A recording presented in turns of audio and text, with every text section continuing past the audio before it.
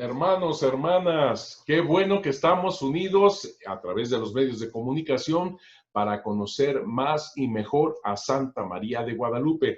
Nos quedamos en un momento sumamente interesante, importante. ¿Qué va a suceder con esa primera entrevista entre Juan Diego y Fray Juan de Zumárraga? Ahí nos quedamos. Viendo todo el contexto, te podrás imaginar ese contexto que nosotros ya habíamos hablado de cómo el obispo había tenido que soportar a sus paisanos católicos que casi lo asesinan. Ese momento en el cual se oponían para que los misioneros, incluido el obispo por supuesto, todos aquellos que estaban en ese momento, que eran franciscanos, dominicos y diocesanos. No habían llegado los agustinos todavía, los agustinos llegan hasta 1533 y después vienen los jesuitas hasta 1572, así que solamente eran ellos, un puñadito de misioneros, pero muy santos, muy fuertes en su fe, queriendo hacer la voluntad de Dios. Vayan por todos los pueblos y bauticen en el nombre del Padre, del Hijo y del Espíritu Santo. Eso es lo que estaban haciendo. Pero para los españoles conquistadores y que querían esclavizar a los indígenas, caray, si tú me los bautizas, pues quitas la única justificación que yo tengo para poder esclavizarles y robarles a estos. Porque si tú no me los bautizas, quiere decir que estos eran todavía cómplices del demonio, de los ídolos, habían sacrificado seres humanos y entonces estos son o cómplices del demonio o son animales. Y entonces esto me justificaba para robarles y esclavizarlos. En cambio, si tú me los bautizas, digamos así, les das la condición humana y los haces mi familia, porque entran dentro de la Iglesia Católica y entonces se me va la justificación para poderlos robar y esclavizar. Ahí estaba el punto. Y por eso no querían estos disque católicos que los misioneros siguieran bautizando, siguieran formando en su religión católica, etcétera, etcétera. Querían desalmadamente simplemente aplastarlos, hacerlos como animales.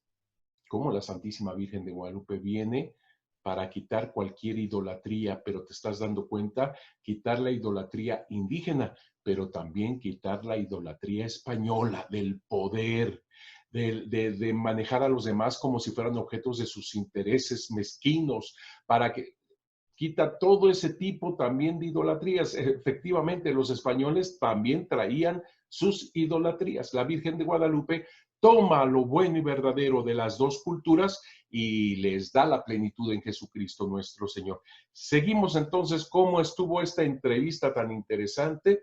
Cuando viene Juan Diego a ver al obispo, les manifiesto esto. Espérenme tantito, nada más déjenme ver aquí cómo le hacemos. A ver.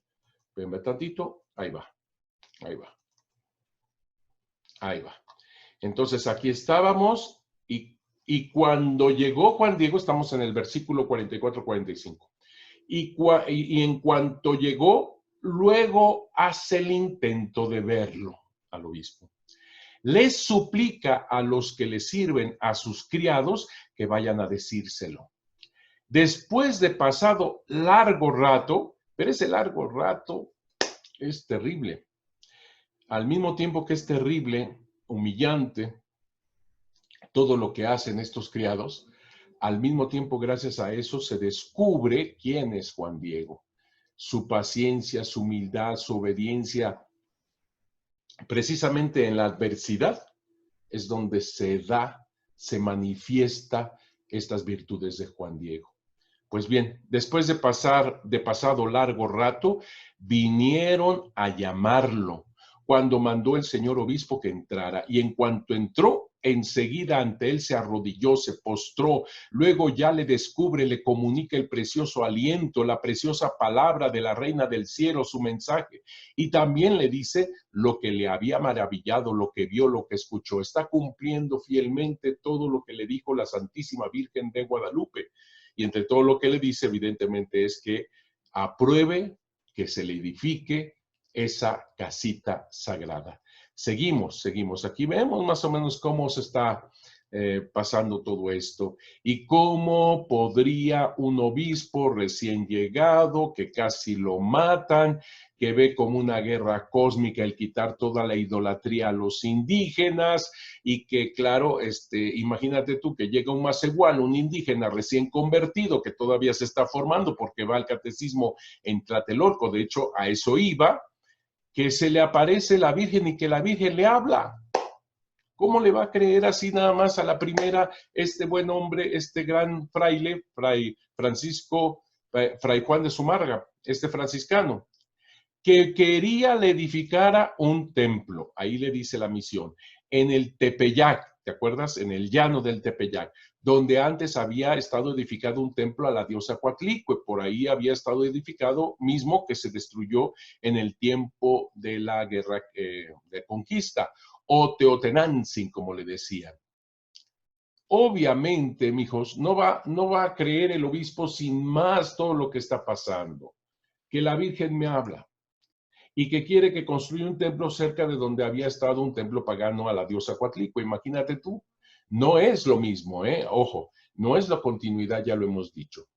Pero aquí estamos viendo cómo crees tú que este pobre Fray Juan de Zumárraga le cree así porque sí a un pobre indígena que además no sabía su idioma, no sabía náhuatl, ni el indígena sabía el español. Que te quiero decir una cosa, Fray Juan de Zumárraga no sabía tampoco mucho castellano. Su lengua madre era vasca.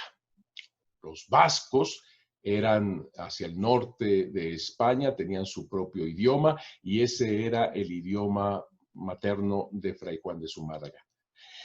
Él tuvo que ir aprendiendo el castellano y más o menos, ¿no? Imagínate tú, ahora viene un indígena que le habla en náhuatl, por eso precisamente en esta pintura de Fernando Leal que se encuentra allá arriba en el Cerrito, en la capilla del Cerrito, estos murales internos, ahí viene una persona, un viejito a un lado, que hace la función de traducirle al obispo lo que está hablando Juan Diego en náhuatl. Nosotros sabemos que tuvo un traductor, Fray Juan de Zumárraga, pero no tan anciano. Pero bueno, aquí está significando que alguien le está ayudando para esto. Pero el obispo, dice el Nicamo Pogo 44-45, pero el obispo, habiendo escuchado todo su relato, su mensaje, como que no mucho lo tuvo por cierto. Obvio. Yo siempre les pongo como ejemplo, ¿qué pasaría si a ti una vecina llega y te dice, me habla la Virgen, ¿cómo ves? Pues, ¿a poco nada más le crees a la primera? Y luego, teniendo en cuenta que este fraile era obispo de México y tenía la responsabilidad ante todo esto que acontecía en México, que para ellos eran muchas idolatrías. Imagínate, estaba ahí tratando de ver, de dilucidar cuál era la verdad. Como que no le creyó. Pero jamás, ojo con esto, jamás el obispo trató mal al indígena. Jamás le habló mal, jamás lo humilló, jamás. Fíjate lo que le responde el obispo. Hijo mío, otra vez vendrás. Aún con calma te oiré.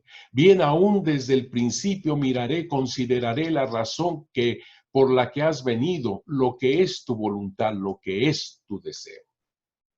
¿Lo trató mal? No.